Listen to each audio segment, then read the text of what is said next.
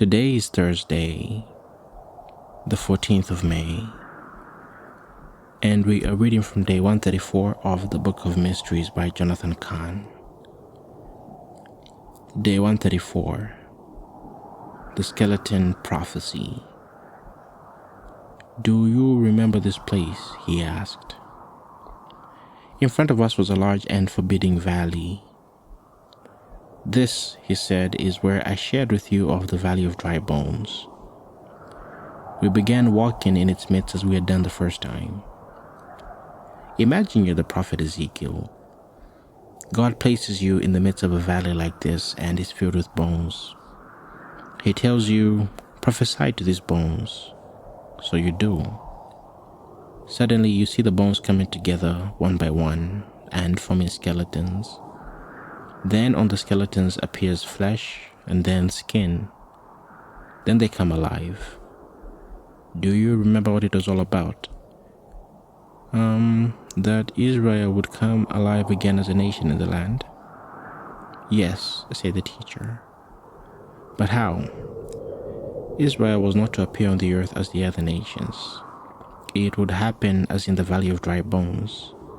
First would be the bones, the broken, scattered remnants of the ancient nation, the dispersed bones of its culture, of its national memory, the people themselves scattered throughout the earth. So God began to gather the bones together from the nations. And what do you then have? A skeleton? A skeleton. And so Israel first appears in the world as a skeletal entity, the skeleton of a nation. Its language, Hebrew, comes to life first as a skeletal language, the skeleton of a once living ancient language. The government appears first as a skeletal government, the culture as a skeletal culture, the army, a skeletal army, a skeletal land, a skeleton nation.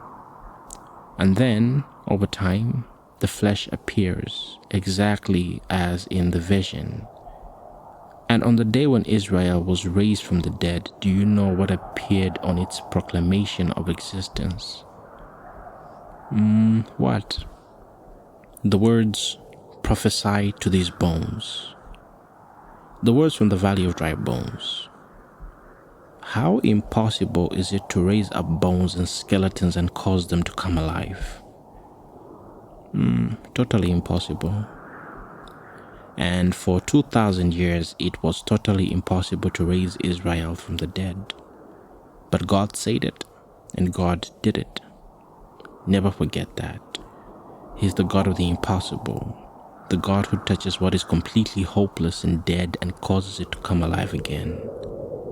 With God, nothing is impossible, for He is the God of the impossible and the God of the valley of dry bones. The mission. Even modern history bears it witness. God is the God of the impossible. Seeing the reality, believe God today for the impossible. And we are reading from Ezekiel 37, verses 1 through 14, and the Gospel of Luke 1, verse 37. May the grace and peace of God be with you.